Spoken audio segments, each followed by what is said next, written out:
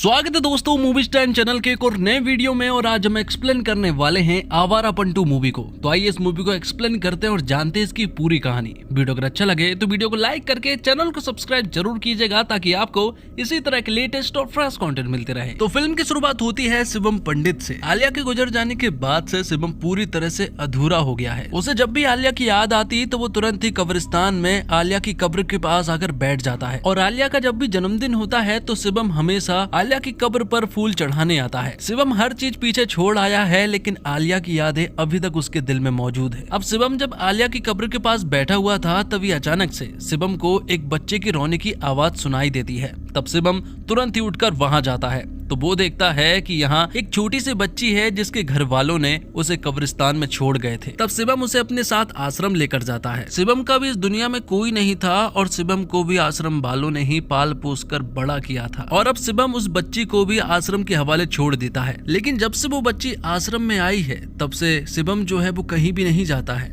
और हमेशा उसी आश्रम के आसपास रहता है। दिलचस्प बात यह है कि शिवम ने उस बच्ची का नाम भी आलिया रखा था। और अब शिवम को आलिया से बहुत ज्यादा लगाव होने लगता है। धीरे धीरे आलिया बड़ी हो जाती है। वो लगभग 5 साल की हो चुकी है लेकिन इतने दिनों में आलिया से कभी भी शिवम ने कोई बात नहीं की है। लेकिन आलिया हमेशा शिवम से बात करना चाहती है क्योंकि उसे पता है कि शिवम ने ही उसे ये जिंदगी दी है। अब एक दिन आश्रम में एक पेरेंट्स आते हैं और वो यहाँ आलिया को अडॉप्ट करना चाहते हैं क्योंकि उन्हें आलिया बहुत अच्छी लगी। लेकिन आलिया उन लोगों के साथ नहीं जाना चाहती थी। वो शिवम से बात करती है तो शिवम उससे कहता है कि बिना फैमिली के रहना बहुत ही मुश्किल होता है। मैं बिना फैमिली के रहा हूँ, मुझे बहुत अच्छे से मालूम है, लेकिन मैं चाहता हूँ कि तुम्हें एक फैमिली मिले ताकि तुम अच्छे से रह सको। तब वो छोटी सी बच्ची आलिया उसकी बात मान लेती है और वो तुरंत ही चली जाती है। जाते जाते वो यहाँ शिवम से कहती है कि मैं जब भी बुलाऊं तो तुम्हें आना पड़ेगा। शिवम इसके लिए हाँ करता है। लेकिन उसके जाने के बाद से शिवम टूट चुका था। उसे ऐसा लगा कि आलिया उससे बहुत दूर चली गई है। वो अपनी नॉर्मल लाइफ जीने की काफी कोशिश करता है लेकिन जिसमें वो नाकाम रहता है। शिवम ने उसे वो ताबीज में पहना दिया था जो कि उसकी आलिया ने उसे पहनाया था। जिसके बाद शिवम कहीं दूर निकल जाता है और तभी शिवम के पास इंटरपोल का एक ऑफिसर आता है जिसका नाम समर होता है। यहाँ हमें मालूम चलता है कि इंटरपोल का ऑफिसर समर जो है वो शिवम पंडित को बहुत पहले से जानता था। शिवम पहले किसके लिए काम करता था, शिवम को 6 गोली लगने के बावजूद वो जिंदा कैसे बच गया, ये सारी बातें समर को बहुत अच्छे से मालूम थी। समर चाहता है कि शिवम उनका एक काम करे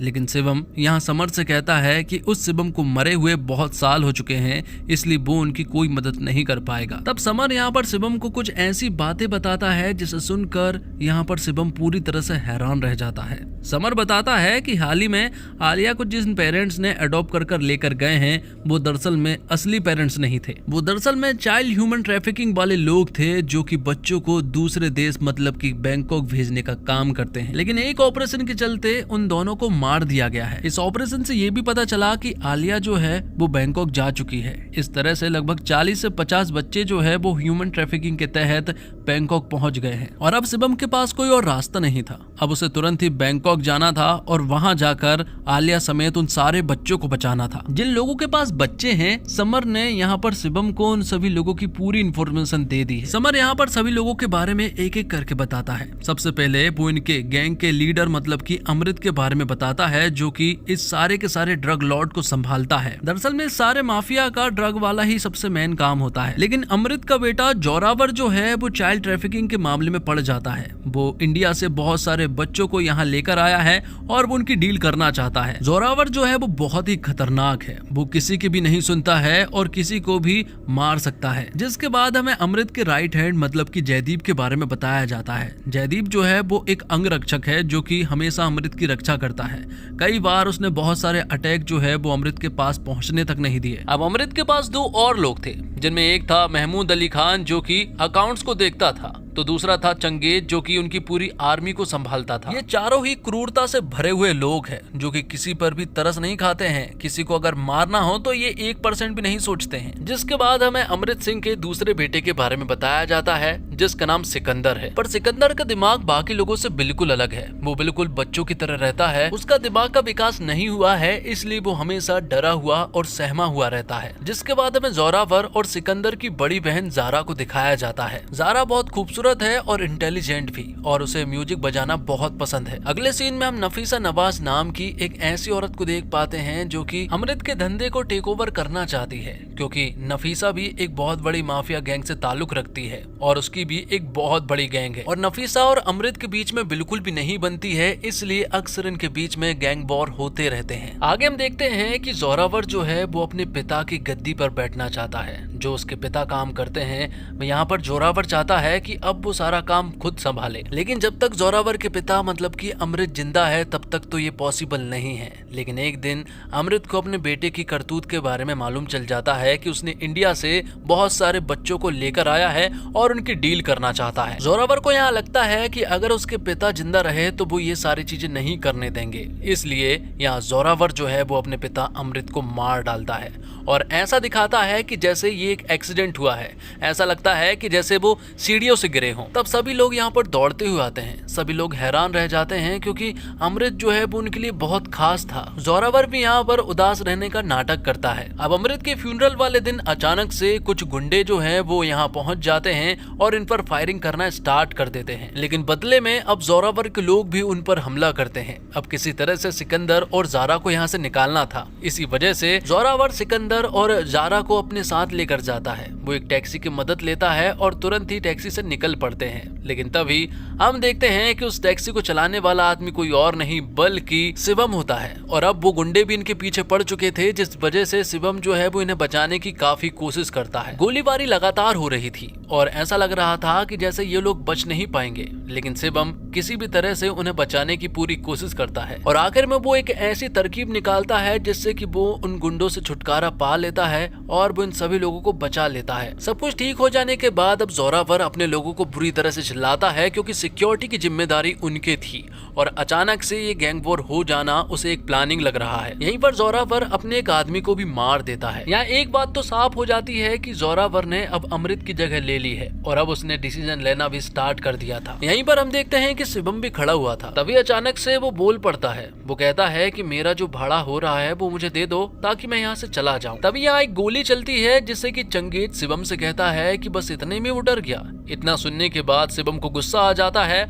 और वो उसके सर पर बोतल फोड़ देता है। ये सारी चीजें देखने के बाद यहाँ जोरावर समझ जाता है कि ये आदमी जो है वो पूरी तरह से एड़ा है और अगर ऐसा आदमी है तो ये आदमी हमें हमारी टीम में चाहिए, लेकिन उससे पहले हमें इस आदमी का बैकग्राउंड निकालना होगा। यहीं पर जारा भी थी और जारा ने यहाँ पर शिवम से थैंक यू भी कहा था। अगले सीन में हम देखते हैं कि सड़क पर स्ट्रीट फाइट का एक कंपटीशन हो रहा था जहाँ पर कि बहुत सारे पहलवान आपस में ही लड़ रहे थे, जिसमें शिवम भी भाग लेता है। शुरुआत में वो पहलवान यहाँ शिवम को बुरी तरह से पीटता है, लेकिन तभी उसकी नजरों के सामने जारा आ जाती है और फिर शिवम उस पहलवान को बहुत ही बेरहमी से मार देता है। साथ ही जारा शिवम के पास एक लेटर भी भिजवाती है जिसमें लिखा हुआ था कि उसकी दुनिया से वह दूर रहे। दूसरी तरफ जोरावर और उसके लोगों ने यहाँ पर शिवम के बारे में सब कुछ पता कर लिया था कि उसका नाम शिवम पंडित है और वो पहले मलिक के लिए काम किया करता था, लेकिन अब वो यहाँ पर टैक्सी ड्राइवर बन गया है। लेकिन अब जोरावर चाहता है कि वो उसके लिए काम करे। तब जयदीप और महमूद उसे अपना पहला काम देते हैं। वो उसे एक लोकेशन देते हैं और वहाँ से उसे उमर नाम के एक बंदे को लेकर आना था।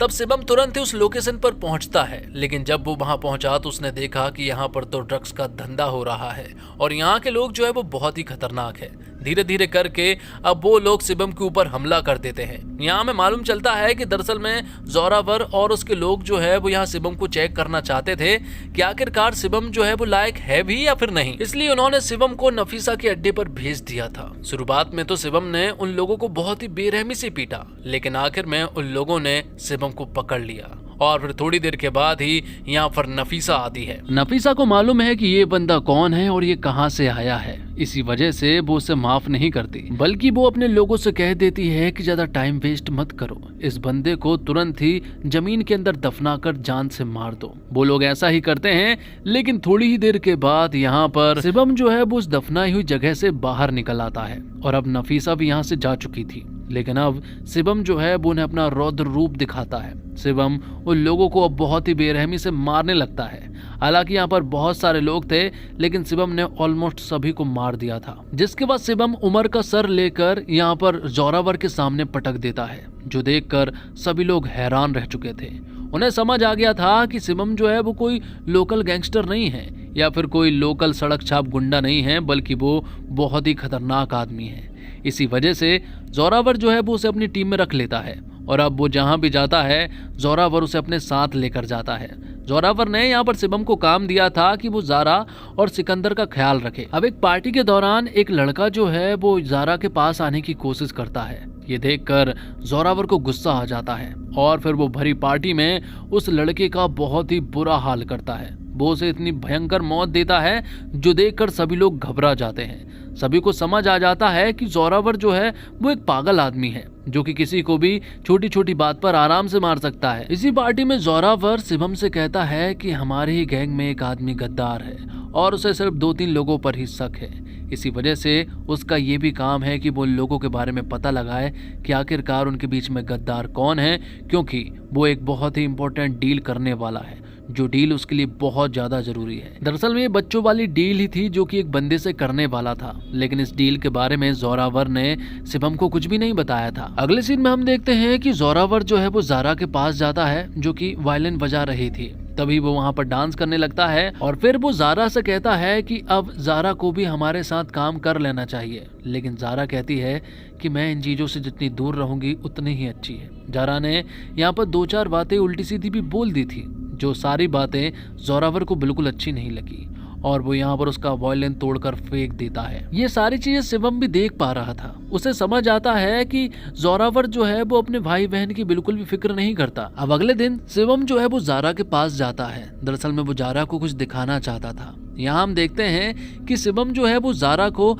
एक वायलिन गिफ्ट करता है, जो देखकर जारा जो है वो बहुत ही ज्यादा खुश हो जाती है और अब वो खुद को रोक नहीं पाती और अब वो सीधे शिवम को गले लगा लेती है, जिससे हमें पता चलता है कि कहीं ना कहीं दोनों एक दूसरे के काफी नजदीक आ चुके हैं। दोनों हमेशा साथ रहते हैं, इसी वजह से अब उनकी नजदीकियां जो है वो धीरे धीरे एक दूसरे की तरफ बढ़ रही थी और शिवम को यहाँ जारा जो है वो कभी कभी आलिया के भी याद दिलाती है, जो हमेशा उसके साथ रहती थी। कहीं ना कहीं अब जारा और शिवम एक दूसरे को पसंद करने लगे थे, क्योंकि शिवम जारा के साथ साथ सिकंदर का भी बहुत ख्याल रखता था। अगले सीन में हम देखते हैं कि शिवम के पास समर आता है और समर बताता है कि आज रात नफीसा से कोई मिलने के लिए आने वाला है और एक इम्पोर्टेंट डील के बारे में बात करने वाला है।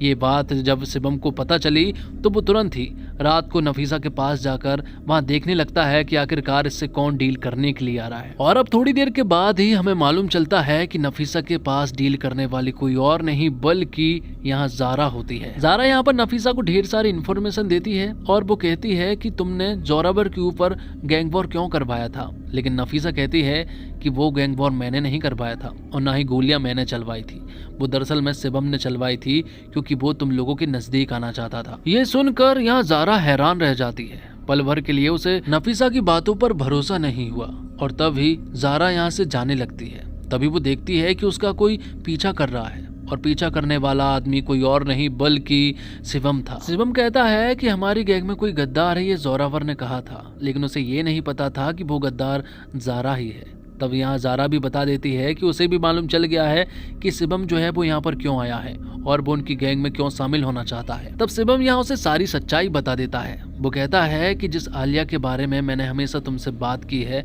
वो एक छोटी सी बच्ची है। आलिया के जैसे ही यहाँ पर 40-50 बच्चे हैं जिन्हें बचाने के लिए वो किसी भी हद तक जा सकता है, किसी को भी मार सकता है। तब यहाँ पर जारा भी अपनी सारी सच्चाई बता देती है। वो कहती है कि मैं चाहती हूँ कि नफीसा जो है वो ये सारा का सारा बिजनेस जो है वो टेक ओवर कर ले, ताकि वो इस बॉयलेंस से पूरी तरह से दूर हो सके। उसने नफीसा से ये भी कहा है कि जोरावर को कुछ नहीं होना चाहिए। जारा सिर्फ इतना चाहती है कि वो अपनी फैमिली के साथ बिना वायलेंस की एक साधारण सी जिंदगी जी सके।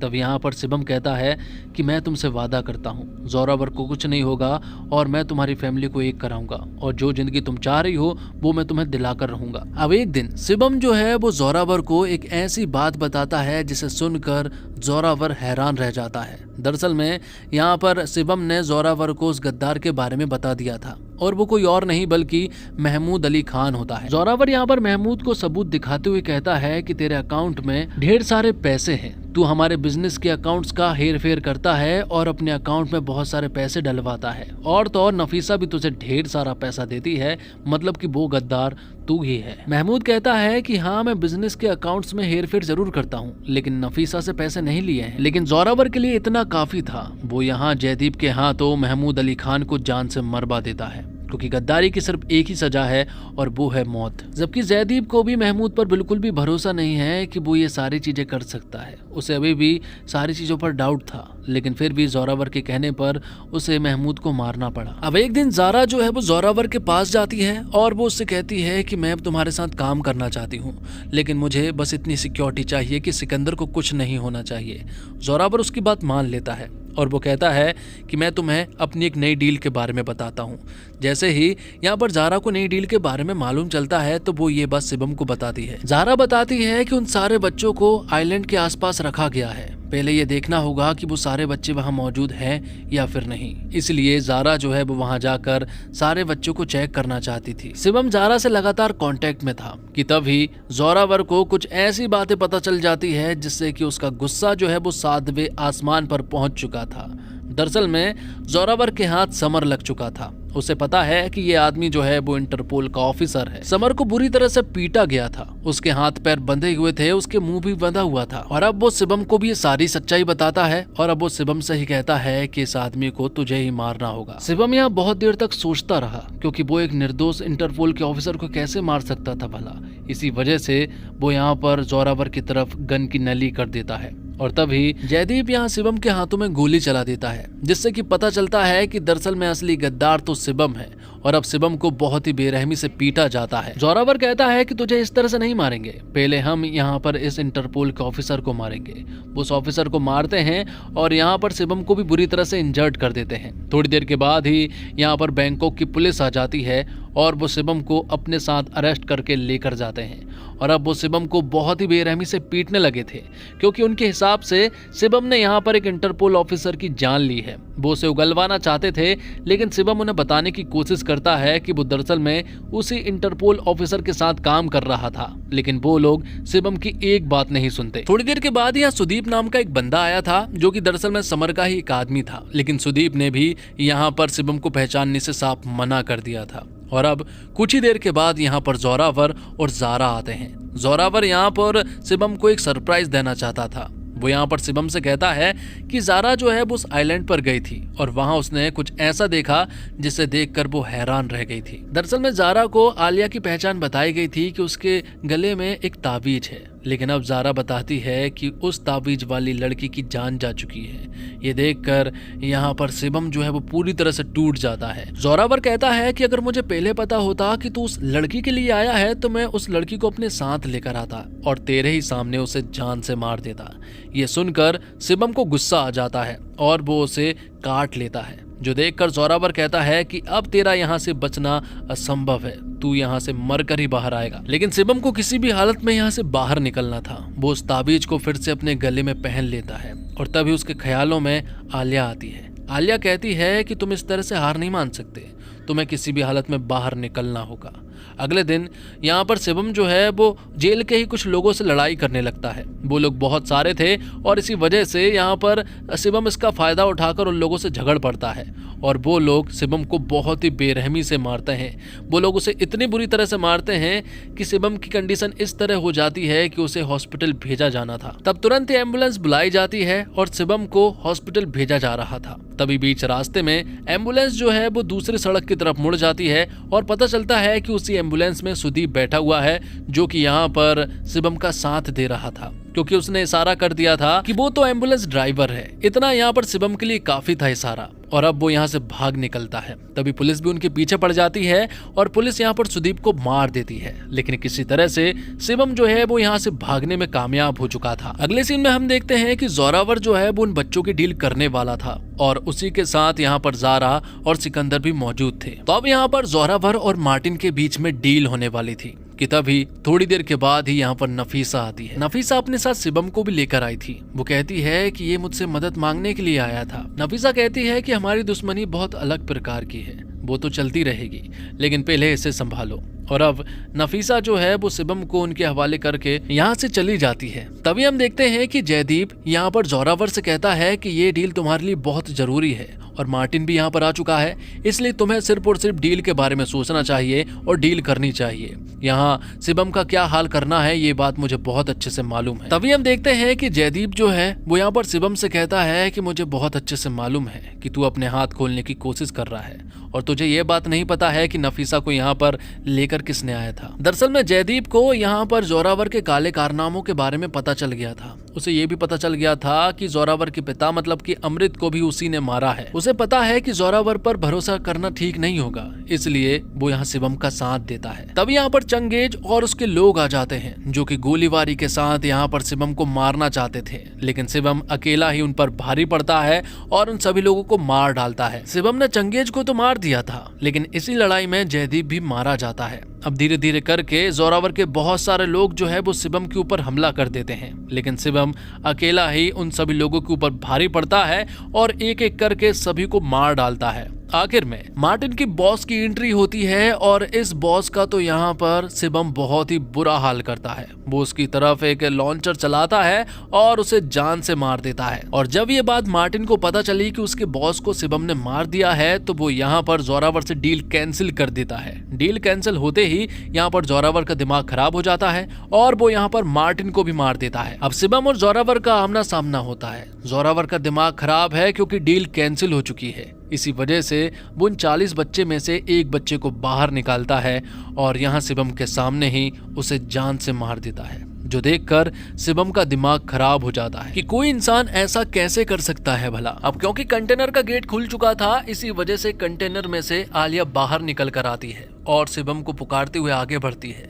तब यहाँ में बताया जाता है कि दरअसल में वहाँ उन सभी बच्चों में से एक बच्ची की तबीयत काफी बिगड़ चुकी थी, इसी वजह से आलिया ने उसे ताबिज पहनाया था। और अब जोरावर को आलिया के बारे में पता चला तो वो उसे गन पॉइंट पर कर लेता है। अब वो ज़ारा और शिवम के हाथों में एक गन देता है। वो कहता है कि अगर तुम्हें इन सारे बच्चों को बचाना है तो तुम्हें ज़ारा को मारना पड़ेगा, और वो ज़ारा से कहता है कि अगर तुम्हें अपने भाई के साथ रहना है तो तुम्हें शिवम को मारना पड़ेगा। और अब उन दोनों के पास कोई रास्ता नहीं बचा था और जब वो गोली चलाने ही वाले होते हैं कि तभी सिकंदर पीछे से यहाँ जोरावर के हाथ में गोली मार देता है, जिससे कि अब यहाँ पर अफरा तफरी मच जाती है और जोरावर और शिवम के बीच में फाइट स्टार्ट हो जाती है। और अब मौका मिलते ही यहाँ पर जोरावर जो है वो सभी को खत्म करना चाहता है। उसके सामने ज़ारा आ जाती है और वो ज़ारा को ही मारने वाला था कि तभी शिवम जो है वो क्रेन से उसके ऊपर एक कंटेनर गिरा देता है और उसे चिपला करके उसकी जान ले लेता है। इस तरह से यहाँ पर शिवम ने सारे बच्चों की जान बचा ली थी। अगले सीन में हम देखते हैं कि सब कुछ ठीक हो गया था और एक म्यूजिक शो के दौरान यहाँ पर ज़ारा और शिवम एक दूसरे से मिलते हैं। दोनों की आंखों में प्यार साफ दिखाई दे रहा था, लेकिन वो बोल नहीं पाते। शिवम कहता है कि मैं यहाँ से हमेशा हमेशा के लिए जाने वाला हूँ, तुम्हें सिकंदर और आलिया का ख्याल रखना होगा। दरअसल में बात कुछ ऐसी है कि जब शिवम नफीसा के पास मदद मांगने के लिए गया था तब नफीसा ने कहा था कि मैं उसकी मदद तभी कर सकती हूँ जब वो मेरे लिए काम करेगा। तब शिवम ने उसकी बात मान ली थी और अब इसी वजह से शिवम को नफीसा के लिए काम करना पड़ता है और अब नफीसा शिवम को एक मिशन के लिए कहीं दूर भेज देती है और इसी के साथ ये फिल्म यही समाप्त हो जाती है। तो दोस्तों, आप इस फिल्म को 10 में से कितनी रेटिंग देना चाहोगे जरूर बताइएगा। उम्मीद करता हूँ आपको ये मूवी पसंद आई होगी और ये एक्सप्लेनेशन भी पसंद आया होगा। मिलते हैं और कमाल की वीडियो के साथ, तब तक के लिए आप हमारे चैनल के साथ बने रहिए। धन्यवाद। जय हिंद, जय भारत, जय श्री राम।